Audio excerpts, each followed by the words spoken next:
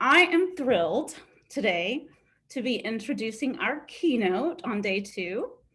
This is Tara Wagner, and she is the I'm saying this wrong, Game Accessibility Program Manager, correct? Okay, at Microsoft.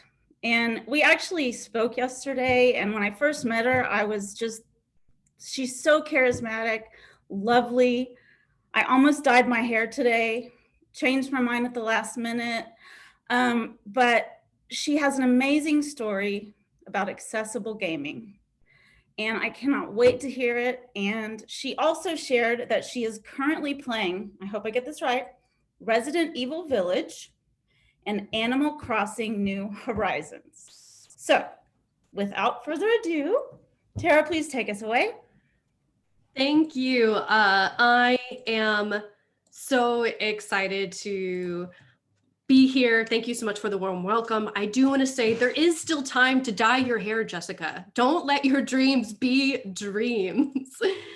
We can make that happen. As soon as I'm able to share my screen, I will kick off my presentation. While I wait for that, I do want to again second the thank you to all of the lovely sponsors who are making this possible, because without sponsors, I know how much work it takes and the amount of crew it takes to make these things happen. So again, thank you so much. So hello, welcome to my keynote, The Good in Gaming. Now, before I get started today, I want to let you know that I am presenting to you from the traditional, ancestral, and unceded territory of the First Peoples of our land, including the Coast Salish peoples, specifically the Squamish and Snoqualmie. I think it's really important to show where we are and where we came from and call that out. For those of you who need a visual description, I am a woman in my early 30s with green and purple hair in a room full of video game paraphernalia. Try to spot some of your favorites in the background, I guess. Wearing a white shirt or jacket over a Vlad the Impaler cardigan, I guess. Just having a great time. So a little bit about me to get started.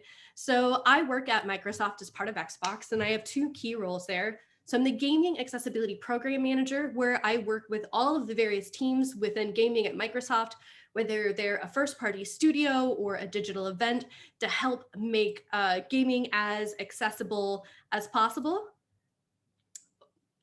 Yep, there we go. And also I work as the Gaming and Disability Community Lead. As part of our Gaming for Everyone program, we work to make sure that Xbox is a great place to work for people with disabilities, and I'm part of that program, leading that ERG group. Now, although Gaming for Everyone does have a key internal component, we are more than just that. Gaming for Everyone is our commitment to make Xbox a place where everyone, and I do mean everyone, has fun. It's not a campaign or a single initiative. It's our ongoing focus to bring intentional, inclusive practices and thinking to everything we do at Xbox. And for us, this is really, really important because, to be frank, a lot of people play games, like a whole lot of people. Normally, when I branch out into other spaces, the first thing I have to do is fight this misconception that, gaming is something for the kids. It's a bunch of, teenage boys, playing together. But that's actually not true. So if we just start by looking at the gaming world, it's roughly 1 in 3 people on the planet today are playing video games. With 7.6 billion people and 4 billion internet users, that means that there's 2.6 billion people playing video games today. And if you were even to just, crunch some math based on, numbers from the World Health Organization or the CDC, which still isn't quite inclusive enough, that means that there are over 400 million gamers with disabilities alone. And not only are there a lot of gamers, they're generating a lot of work and a lot of money. And more people are playing games every day. So in 2019, the global video game market was valued at 151 billion US dollars. In 2020, it had grown to 162 billion, and it's expected to reach a value of 295 billion by 2026. Now, the same research group that crunched these numbers and got them together, they actually showed that for movies and entertainment, the market size was only 91 billion in 2020. So gaming is having a larger impact on popular culture than movies and entertainment. And what's even more important to know is games are more than just a hobby. They are a part of our culture, and they're becoming more and more important every day. I mean, let's just talk about Fortnite. First off, who hasn't heard of it? Probably no one. It's on morning shows, kids are playing it. As a free-to-play game, it's everywhere. I mean, look, I'm not gonna say that I can floss, because I can't, but everyone has seen that dance, and it's because gaming is so pervasive. I mean, if we were just to look at numbers that Fortnite shared last year alone, they had an event where a record 15.3 million concurrent players joined forces for their Galactus event, which was an in-game event, while more than 3.4 million were watching online via YouTube Gaming, Twitch, or other live streaming platforms. That's an event where simultaneously 18 million people were part of the same moment. Not this previous April, but April 2020, Fortnite also shared that they had over 350 million registered players, and that those players had spent over 3.2 billion hours in game. And that was last year. So gaming is a huge moment. And gaming has so many benefits. So it's easy to see why people are playing video games all the time. One of the first things that comes to mind, and I think that we can all relate to, especially during the pandemic, is social interactions. Before the pandemic, UKI, a trade association for the UK's games and interactive entertainment industry, conducted a survey with gamers with disabilities. And 74% of these gamers with disabilities, as part of the survey, said that they were playing games for social interactions. Real-world accessibility challenges can prevent in-person social connections, but those barriers can completely disappear for video games. Gaming allows many people to do things that they could never do in a real physical space, allow them to do it in a virtual space. And it helps them connect and overcome social anxiety and even feelings of depression. There was one gamer who was quoted in a Washington Times article that just simply said, it really opens up a lot of doors for making new friends and having a form of entertainment in your life. And community is an important part of online gaming and has helped many people with disabilities find lasting friends, and it helps them interact with and break down the barriers that sometimes come with social isolation. And, sometimes it's no fault of their own that they've become socially isolated due to an inaccessible physical world. But even besides gamers with disabilities, according to The Hollywood Reporter, 29% of US gamers that they said that they've been playing more friends online since the COVID-19 pandemic began. And even in Xbox, we see those numbers. There were over 11 billion multiplayer game sessions globally in January through March of this year, with over 3 billion game invites being sent in the same period. An Xbox study within the Xbox Research Accessibility Community Feedback Program, which is a group made of players with disabilities specifically, showed that 84% of respondents agreed that gaming had a largely positive effect on their mental health. Especially relevant with the pandemic, 71.7% of participants in the study said that gaming helped them feel less isolated, and also went on to say that it helped them maintain connection with families and friends during challenging times.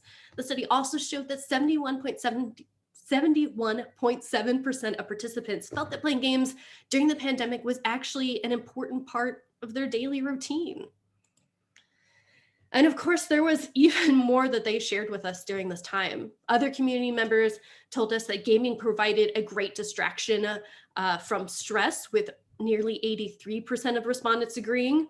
Emotional stress, 63%. physical pain, 38%, and that playing games has offered them more control than their real life, with 54.1% agreeing with that statement. And the studies just demonstrate that people participating in the study use gaming to benefit their lives in a variety of ways. So there's also a huge impact on mental health, and it is obviously, in addition to Global Accessibility Awareness Day, Mental Health Awareness Month in May. And at Xbox, we have released 2 articles that I'll be able to share the links out for you guys. So I'm not going to go into a deep dive here, but on Microsoft.com features, you can read more about it, as well as news.xbox.com. But one of the things that we did highlight was this talk of pain management. And you don't have to trust just our survey of our own players. There have been other studies. One study by University of La Paz Hospital in Madrid, Spain, reported that participants showed lower level of intensity of pain after playing video games. It also showed a 20% decrease in the daily consumption of morphine on the day video games were played, and a 44% decrease in the number of on-demand doses for certain patient groups. Even then, a more recent study in 2020, led by Dr. Beth Darnell, PhD, at Stanford University, found a significant reduction in pain outcomes over a 21-day trial period. And this, again, was using a skill-based video game program. And even more recently, a recent study published in the Scandinavian Journal of Pain found that VR enhanced in traditional video games distracted people enough to improve their pain outcomes. And having games in hospitals honestly just makes sense. Having games used in occupational therapy has been a great tool. I'm going to steal a quote from actually one of my coworkers. Her name is Caitlin Jones. She frequently writes on the effects of occupational therapy in video games. I highly recommend checking out her work. Engagement in gameplay, despite physical or cognitive deficits, not only provides a powerful and enjoyable outlet for leisure purposes, but its benefits extend beyond this when used as a rehabilitation tool by occupational therapists who are passionate and understanding of the power harnessed through the implementation of gaming. This is all say to that as one of the many emerging OT technologies, video games and occupational therapy can benefit from each other in a variety of ways. Now, of course, Caitlin's been writing all of this stuff really recently, but occupational therapy in video games isn't new. Funny enough, back in the day, I interviewed a woman named Kim Voelker, who is now my sister-in-law, when I was working at Able Gamers, a charity about occupational therapy and video games. And this was back in 2009. I even wrote back then that she noted that gaming had built-in levels and motivation in all of the modes, allowing you to see your progress in clear, easy to define scores.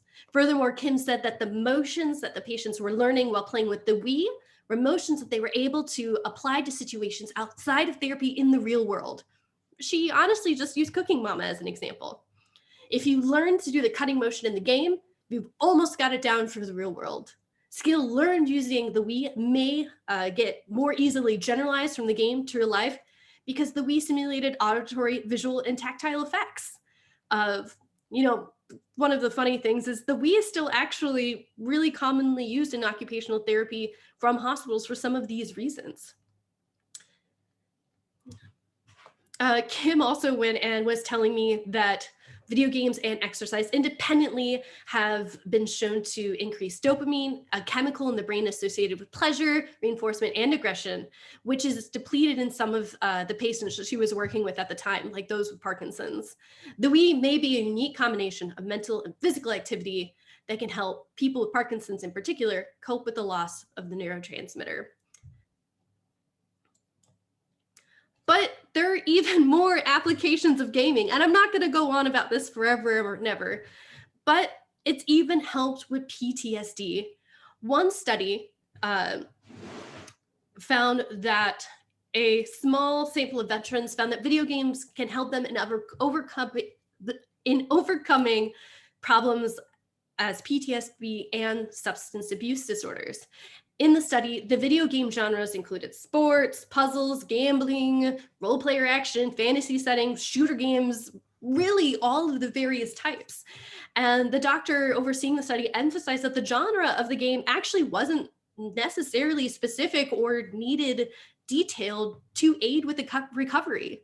The benefits partially stemmed from the connections the veterans were forming with other players who were playing video games and the distractions that were being created by playing games and removing their focus, for example, from alcohol or drugs and anything else that they could focus on the game on instead of.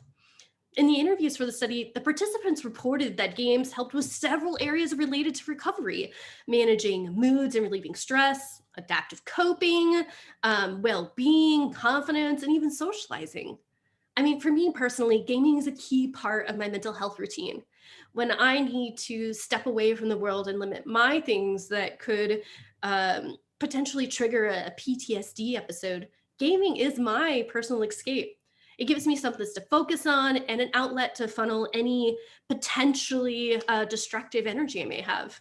It's even a place where I can explore complex topics in an environment where I know that everything is going to be okay, no matter what is happening in the real world. But again, you don't have to trust me. You can trust all of these studies and all of these other gamers. There's so many reasons that people should be gaming. But unfortunately, games aren't always as accessible as they should be, and people hit barriers that prevent them from enjoying video games. At Xbox, we're working hard to help educate developers to help remove some of those barriers and increase education. We recently revamped our Xbox accessibility guidelines, and we now have the Microsoft Game Accessibility Testing Service.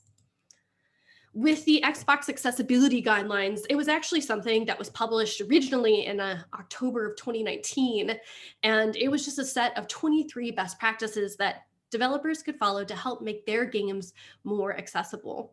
We were really, really proud of the fact that we developed this in partnership with industry experts and members of the gaming and disability community specifically to give their feedback.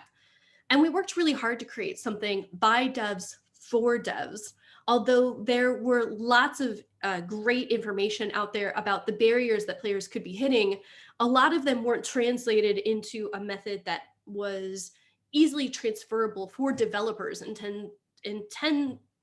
with intent to fix these problems. So, just earlier this year, we actually launched a whole massive revamp. Before it was pretty straightforward. It just had the overview, some implementation guidelines, the people it could affect, and some resources, but that wasn't enough to help developers. We added goals, scoping questions, key areas with examples, and background and foundational information.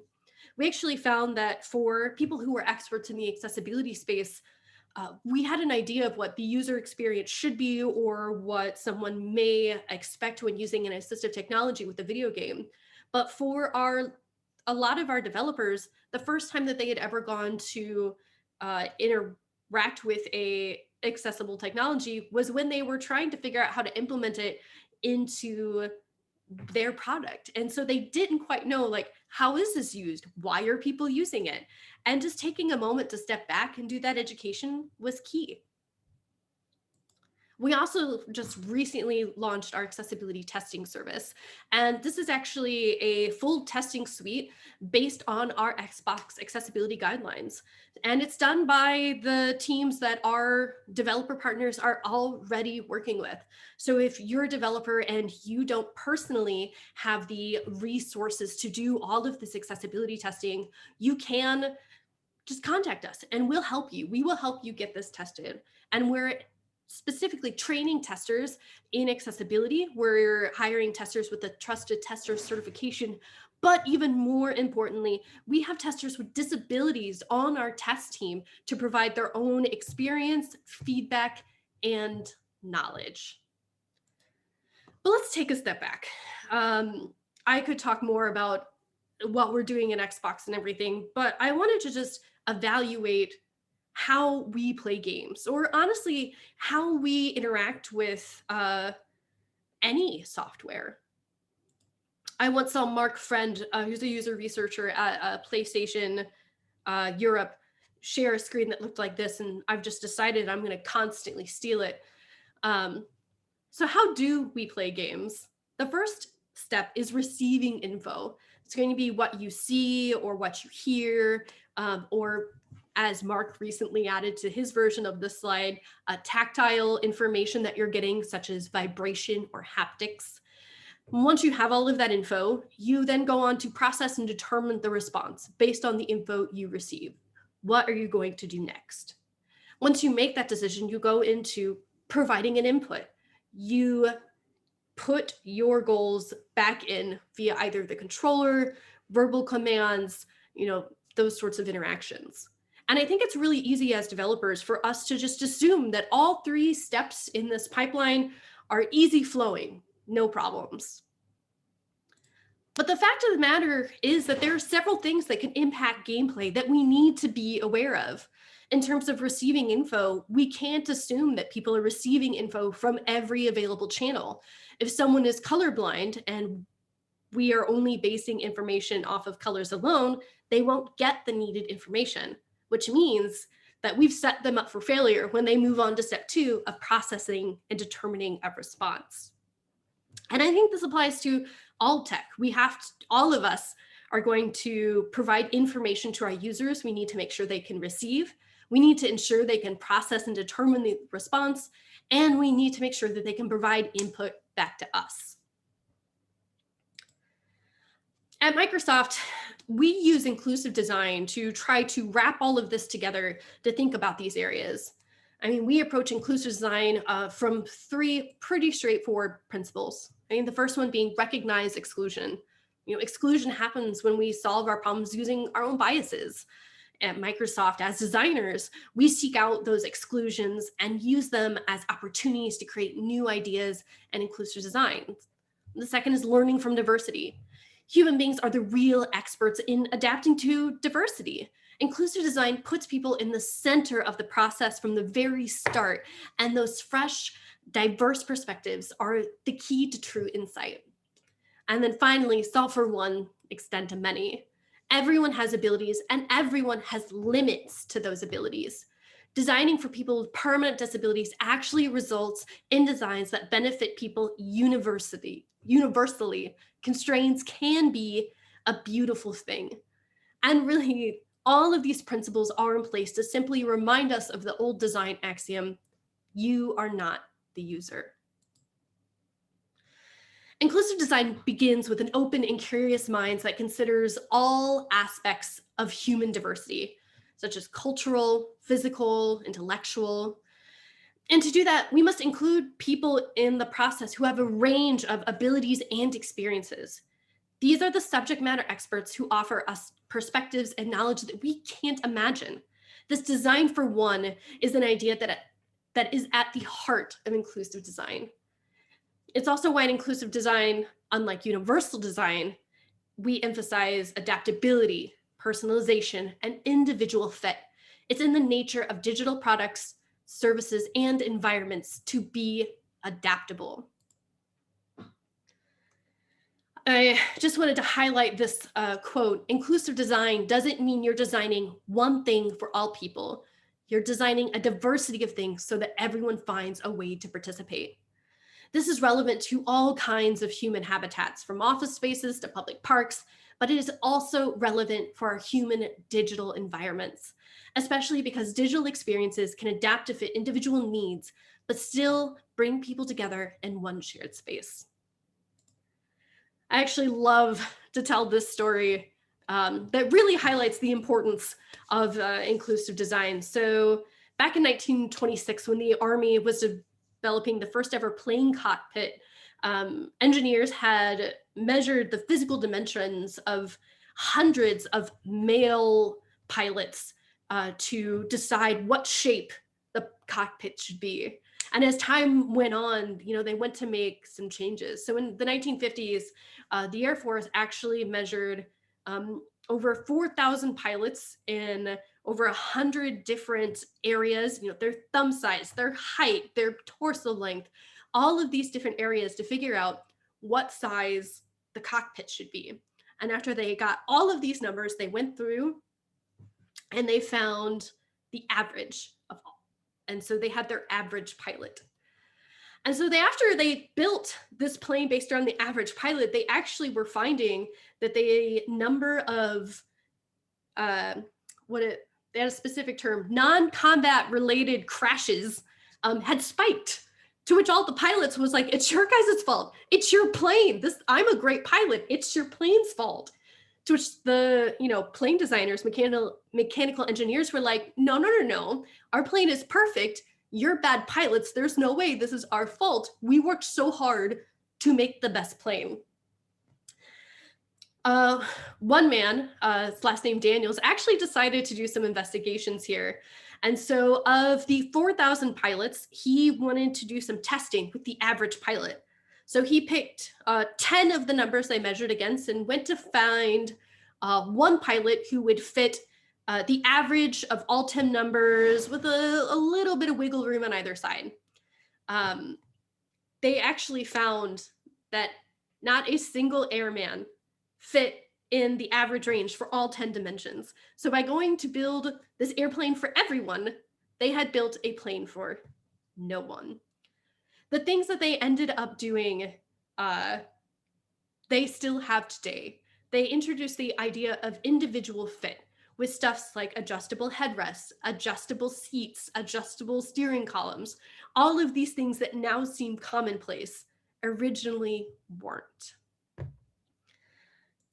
But I will say in video games, we do have some common problems that we could do a lot better at that frankly aren't rocket science. And in video games, the 4 big problems that we have over and over and over in so many games are controller remapping, meaning as a player, I can customize the input mechanisms on my controller. Text size, meaning in game, can I actually read what's happening? UI that is not colorblind friendly, meaning as a colorblind person, I can't understand what's happening, and subtitle presentation. At the very beginning, when I was introduced, it was said that I'm playing Resident Evil Village, and I am loving that game so far. And those subtitles are so bad. And that game just came out a couple of weeks ago, and we are still having this problem. And so when you think about these 4 common problems, you can actually see that these 4 common problems are hitting each step in that process of playing a game, which isn't great. Luckily, if you are wondering right now how to fix video games to make them more accessible, we've already solved these challenges. We've been lucky enough in video games to steal information from other industries, and we just need to get better at implementing them. So first off, allow controller remapping, not just the keyboard and mouse, but also a controller itself. There is system level remapping available on the consoles, but it is just a safety net. The amount of cognitive load that you put on players when they use that is terrible and introduces a whole new barrier. We also get really bad at remembering people play video games on their couch. As developers, I'm sitting this far from my computer, and so maybe it looks great to me right now.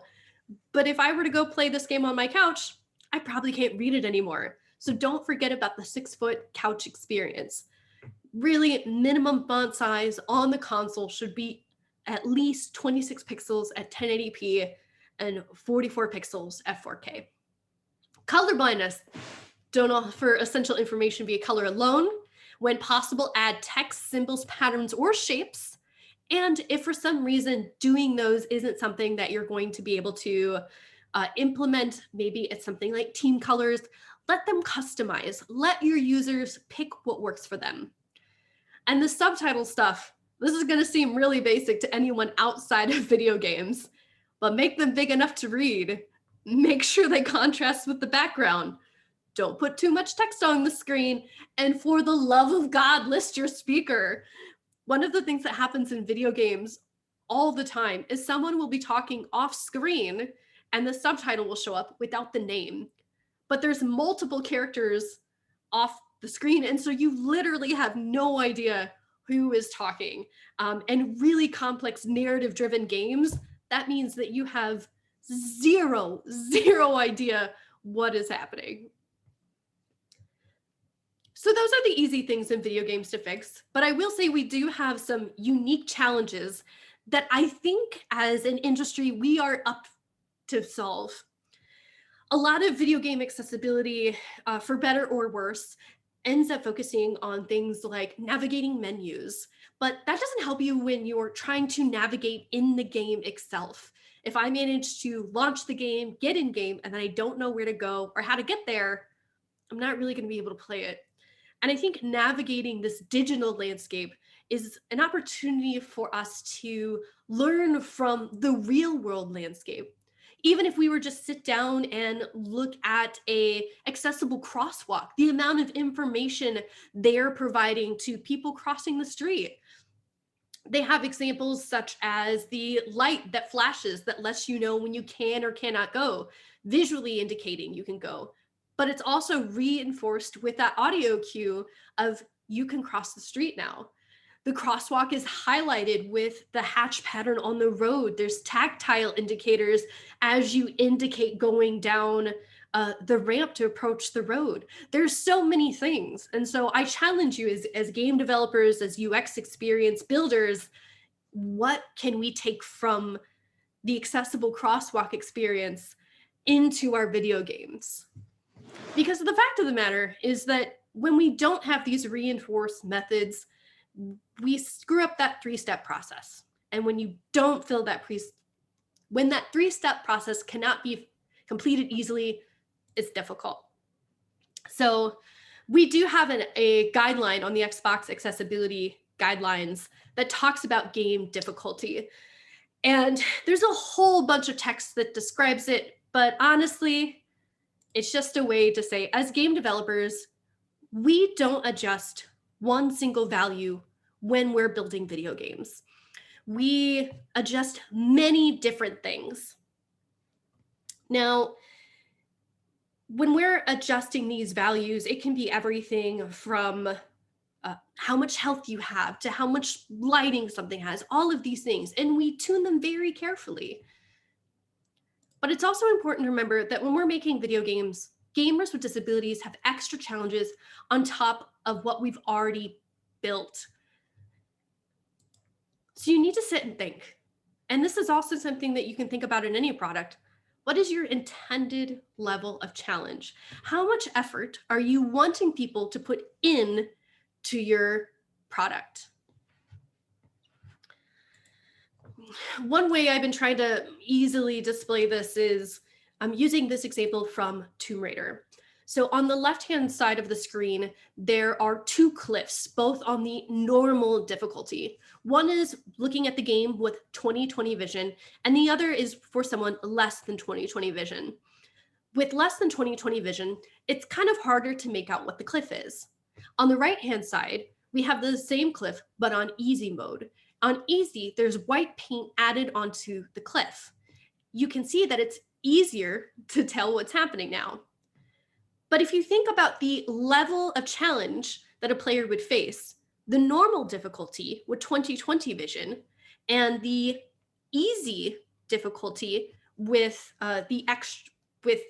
extra white paint and less than 20/20 vision are probably the same amount of challenge for the player.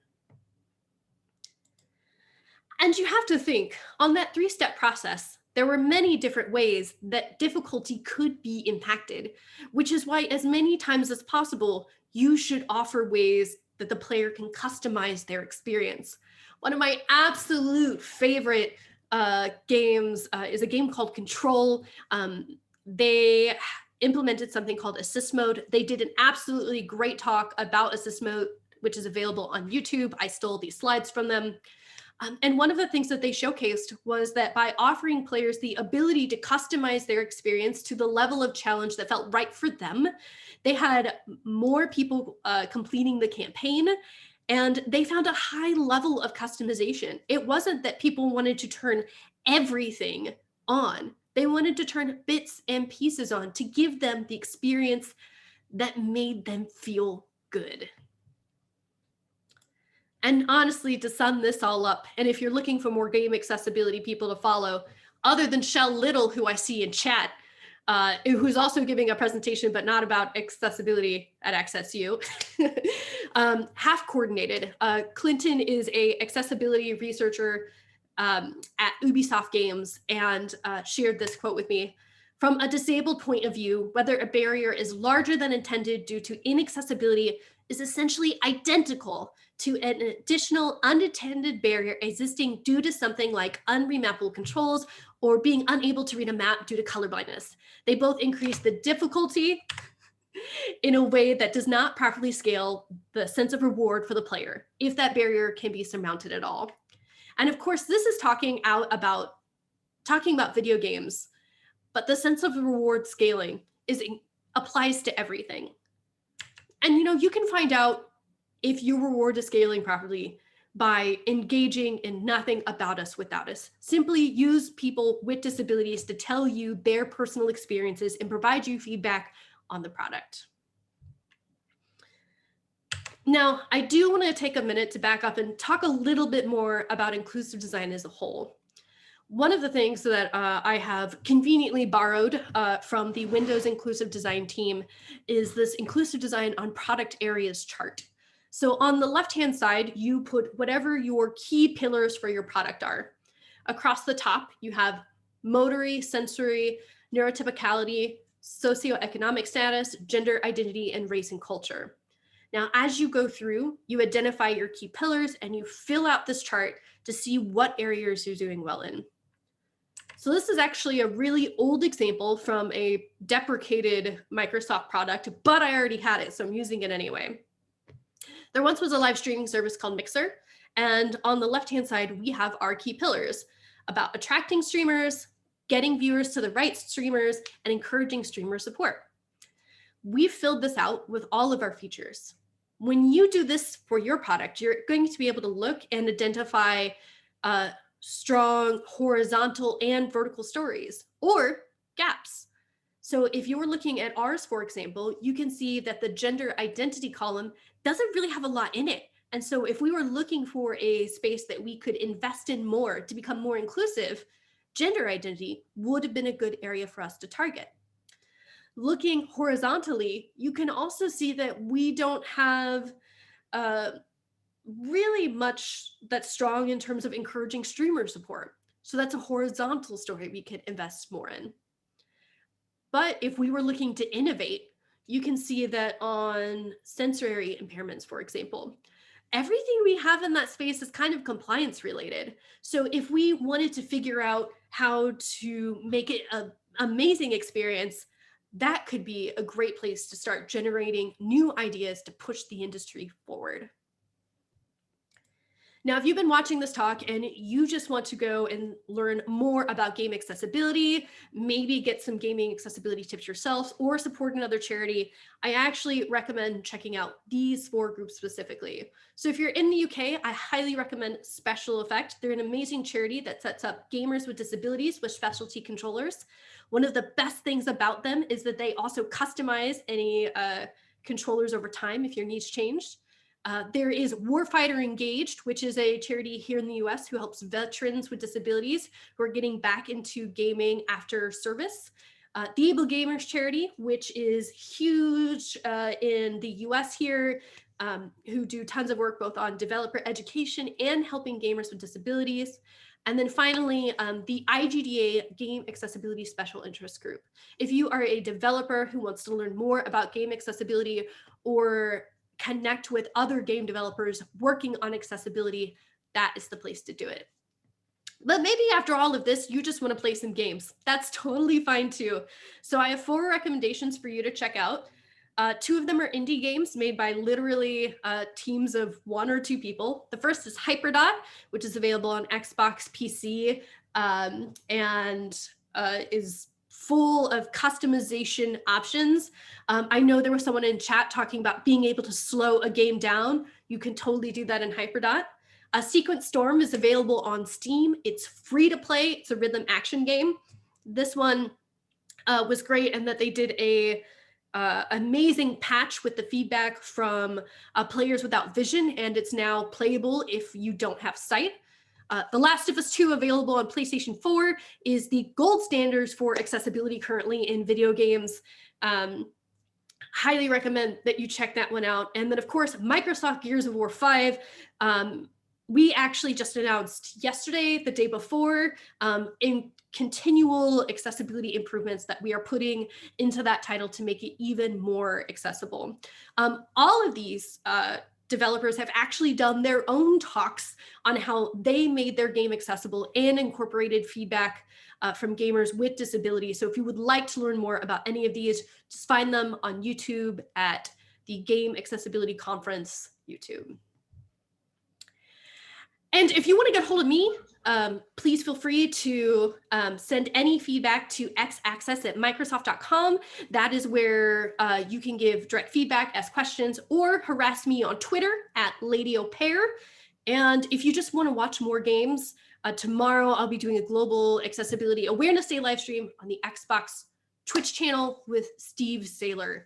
And with that, I'm actually really excited to be able to answer some questions from everyone in chat. Thank you so much. I'm going to go ahead and start monitoring that for you. And also people can unmute and they can actually interact with you if you'd like. Oh, so, yeah. Let's get some questions out there. I see that you've been following the chat already, so that's great. I was trying to, but it's hard to do both at the same time. I understand. I think most people are just very excited to hear that there is such an, there's so much moving in terms of accessibility and gaming. And I love your story about just how you got involved in the first place. Okay, questions. We are open for questions before everyone goes off and just chows down. Is there a place? Hi, this is Julianne King. Is there a place to test the Xbox controllers? I haven't played console games in years because they just make my hands hurt so bad. I have really big palms, hands. I can spread, an octave and a key on both hands. But when I try and hold those controllers, that contraction just makes my hands so unhappy. And so I haven't played. But I would seen some presentation about the Xbox controller, and is there a place where I can maybe go test that out to see how that works for me? Or so in what I like to refer to as the before times, I would have said yes. Currently with COVID, I'm actually not sure. That's a great question. If you could email the xaccess@microsoft.com, I'll be able to get a response and get back to you, because it's definitely something that there are 1,000,001 different ways that you can set up an Xbox adaptive controller. But obviously me holding one on screen and telling you that is fundamentally different from you looking at it yourself or finding your own custom situation, especially when a lot of people like to utilize what's called Copilot to use this controller with the standard controller. So I'm sorry that I don't actually know right now, but if you send an email to xaccess@microsoft.com, I will find out and get back to you. Fantastic, thank you. And I remember seeing some presentation where they talked about how you developed an accessible box and packaging for that too. And I thought that was absolutely fantastic. Last year, Bryce Johnson. I am so obsessed with that packaging. You can open it easily with one hand. The design methodology was no teeth required, because how many of us have resorted to using our teeth to get a box open? Absolutely. I don't know whether to a couple of other things in the chat here. So are things like motion sickness taken into account when creating games, like being able to switch the point of view from first person to third person? I can't play many games due to getting motion sickness. So as someone who also gets motion sick, yes. So it's one of those areas that games definitely need to improve on. It's gotten a lot better. For example, you're seeing things become more common. Like one of the motion sickness triggers I have is what's called head bob. So your camera is moving as you're controlling the player, but it's like bobbing like you're walking. For me, that's a big no-go. That's like a great way to make me insta vomit. So The field of view is another one, adjusting the scope. These are things that we do talk about, but it's still really hit or miss in terms of how developers are implementing them. I can say that in VR specifically, it's gotten a lot better, because, you know, if people can't use your headset because it makes them sick, they're not going to buy your games.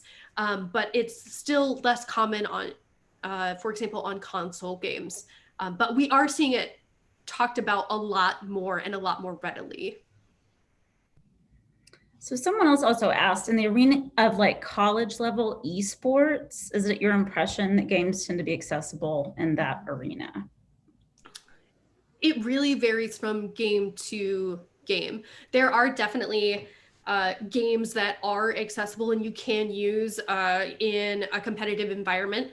For example, Xbox, we partnered with the Special Olympics to have a Forza gaming tournament, because Forza is actually an incredibly accessible racing game, but it really does depend from game to game, which is unfortunate. As an industry, we haven't really standardized, you know, what should or should not be accessible.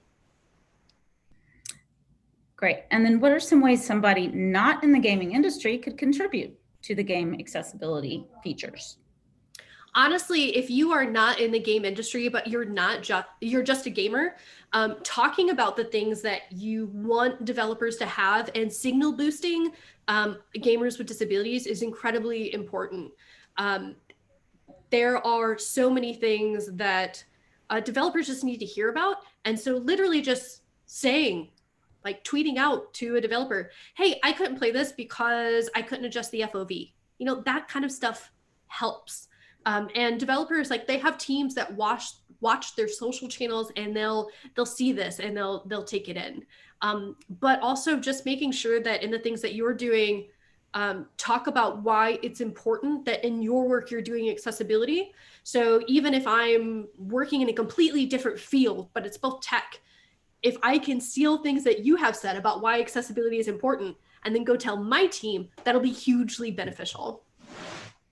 Absolutely. So what is your opinion about how audio description is currently used and how it could be used in video games? Video games do not do enough audio description. There are very, very few games that have audio description in a functional way. I think having audio descriptions for things like cutscenes in game are really, really important. And as an industry, we should get better about having them. But for gameplay, there should be more cues. How do you create an audioscape environment that gives a person the details they need without just having someone narrate the scene all the time? We're slowly seeing some video game companies, at Xbox we're doing it, Ubisoft has been doing it, putting audio descriptions in trailers. And I think that that's something that we as an industry could get a lot better at, because so few people are doing it. And it's such an easy one to just add on if you're going to be making that trailer anyway. Sure. I do see a lot of comments just about, you know, the difficulty and some of the things you've already talked about, some of the barriers, which is great. It's a lot of thank yous, you know, and this is happening to a lot of people, getting dizzy, motion sickness, a lot of that here. Claire, I'm going to ask, would you unmute, because this is a long one. I could say it myself, but yeah, absolutely. Hi, Tara. My name is Claire Benedict, and I am the Director of Accessibility Innovation at Houghton Mifflin Harcourt.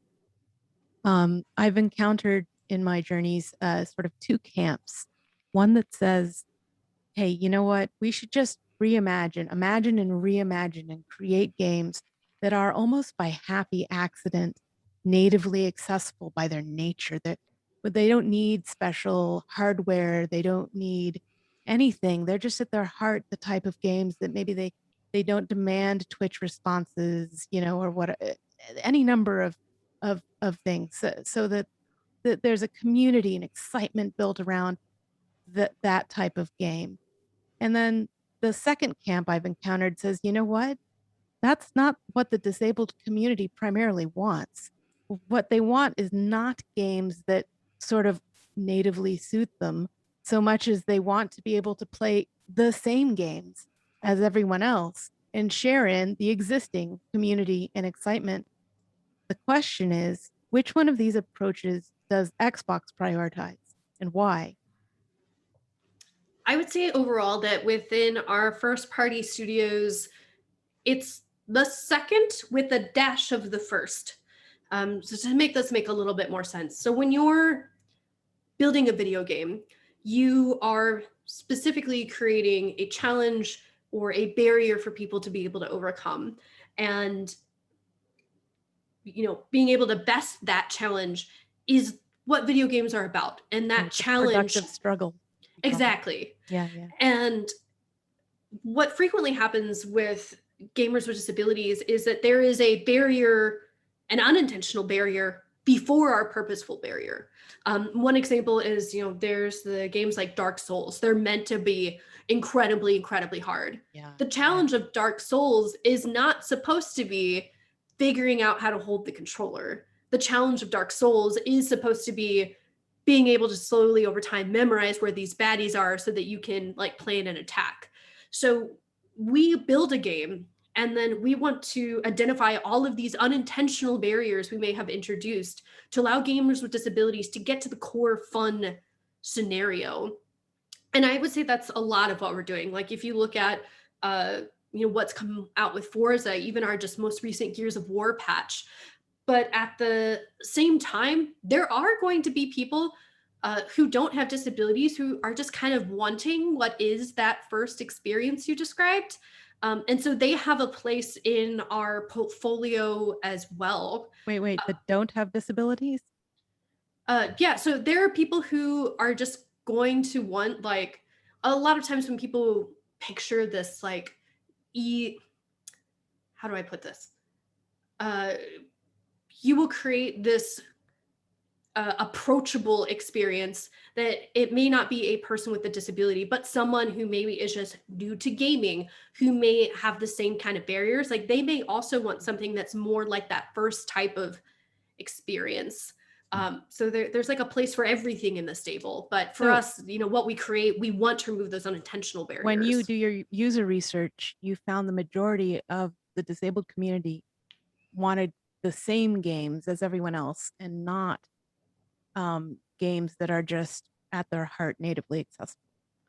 Well, I think you can be both though. I think you can be natively accessible and be the same game as everyone else if you designed it like with accessibility in mind from the get-go. Like I would say that The Last of Us 2 so like The Last of Us 2, for example, that game, it has a million different ways that you can play.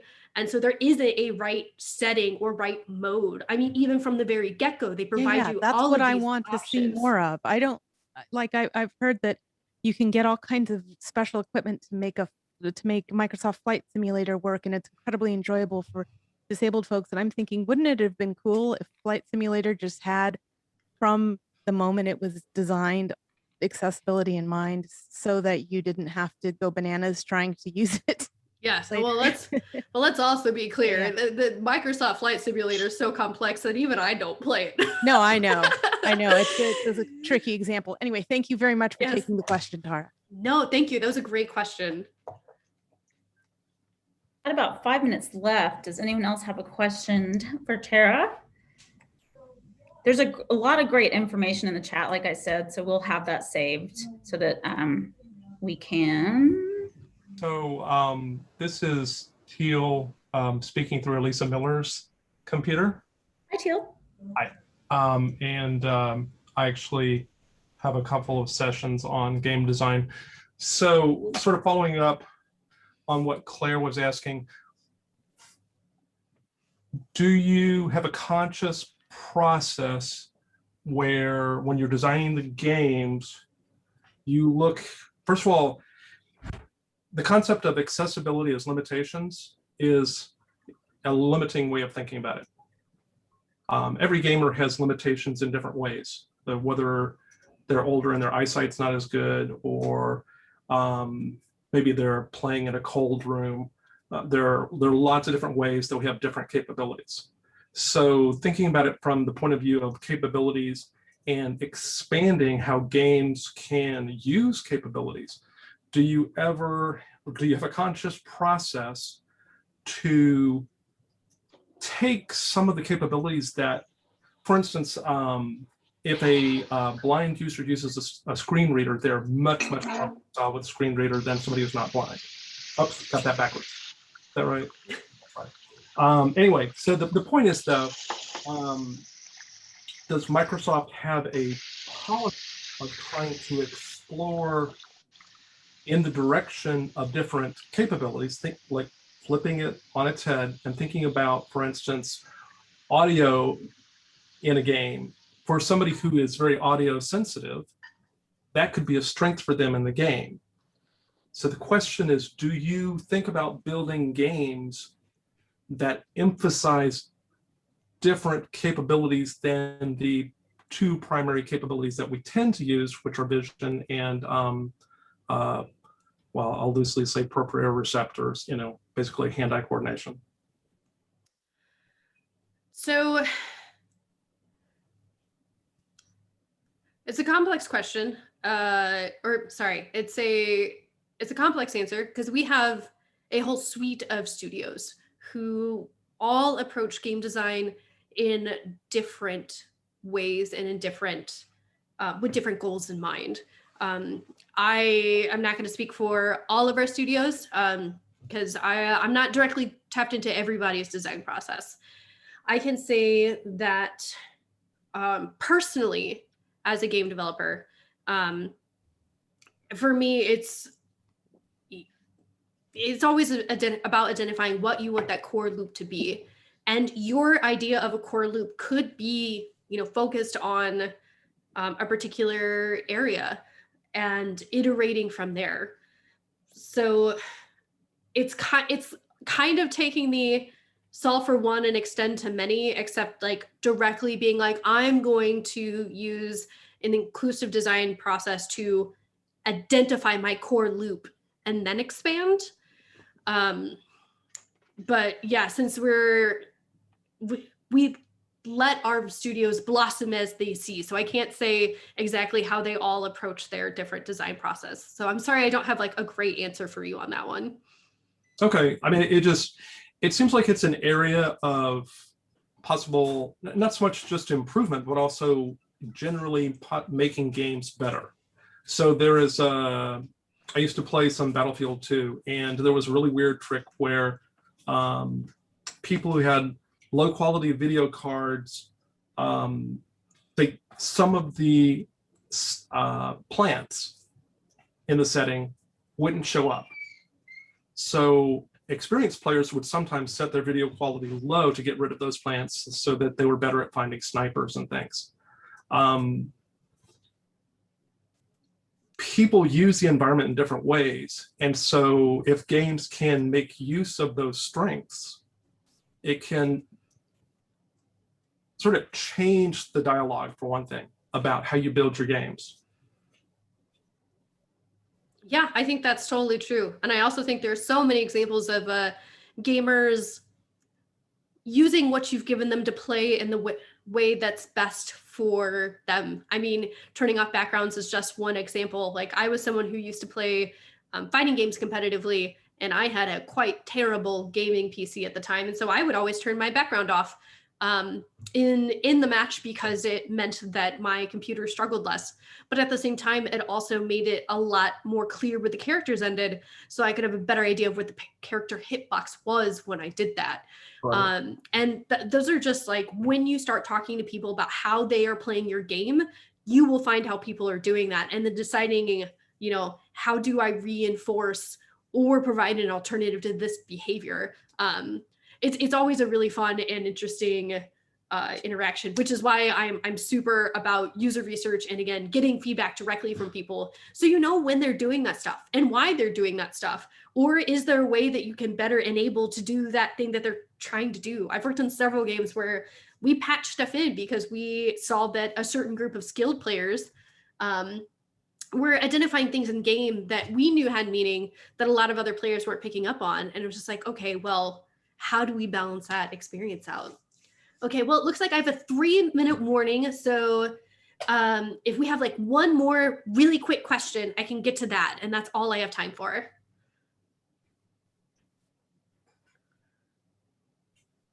you guys so much for having me and letting me ramble on about video games. It has been so much fun.